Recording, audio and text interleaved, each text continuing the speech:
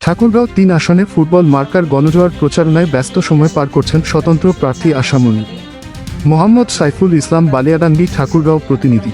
আসন্ন ১২ ফেব্রুয়ারি জাতীয় সংসদ নির্বাচনকে কেন্দ্র করে ঠাকুরগাঁও ৩ আসনের নির্বাচনী প্রচারণা তুঙ্গে উঠেছে স্বতন্ত্র প্রার্থী মোছা আশামণি। পীরগঞ্জ ও রানীশংকৈল উপজেলার গ্রামগঞ্জ হাটো বাজারে এখন বইছে ভোটের খাওয়া। এই আসনে হেভিওয়েট প্রার্থীদের পাশাপাশি সাধারণ ভোটারদের নজর কেড়েছেন স্বতন্ত্র নারী প্রার্থী মোছা আশামণি। তার প্রতীক ফুটবল নিয়ে দিনরাত ভোটারদের দ্বারে দ্বারে ঘুরছেন তিনি।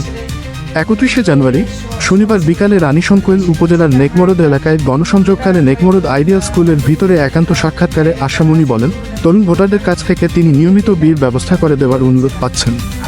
এ প্রসঙ্গে তিনি বলেন, অনেক তরুণ ভাই আমাকে বলছেন, আপা আমাদের বিয়ের ব্যবস্থা করেন। তাদের উদ্দেশ্যে আমার কথা, আমাকে একটা করে ভোট দিন, আমি বিজয়ী হলে আপনাদের বিয়ের ব্যবস্থা সহজ করে দেব। শুধু তরুণ ভোটার নয়, দাদা দাদি, নানা নানি, চাচা চাচি সহ সব বয়সী ভোটারের কাছেই বিয়ের উপহার হিসেবে একটি করে ভোট চেয়েছেন তিনি। আশামণির এই বক্তব্য ঘিরে সামাজিক যোগাযোগ মাধ্যমে হাস্যরসের জোয়ার বইছে। আসন্ন ত্রয়োদশ জাতীয় সংসদ নির্বাচনে ঠাকুরগাঁও -৩ আসনে স্বতন্ত্র প্রার্থী আশামণি সহ মোট ১০ জন প্রার্থী প্রতিদ্বন্দ্বিতা করছেন। পুরো ঠাকুরগাঁও জেলায় ৩টি সংসদীয় আসনের বিপরীতে নারী প্রার্থী রয়েছেন মাত্র ২ জন। এর মধ্যে ঠাকুরগাঁও -২ আসনের জাতীয় পার্টির নুরুন্নাহার বেগম, লাঙ্গল, প্রতীক এবং ঠাকুরগাঁও -৩ আসনের স্বতন্ত্র প্রার্থী হিসেবে আশামণির ফুটবল প্রতীক নিয়ে নির্বাচন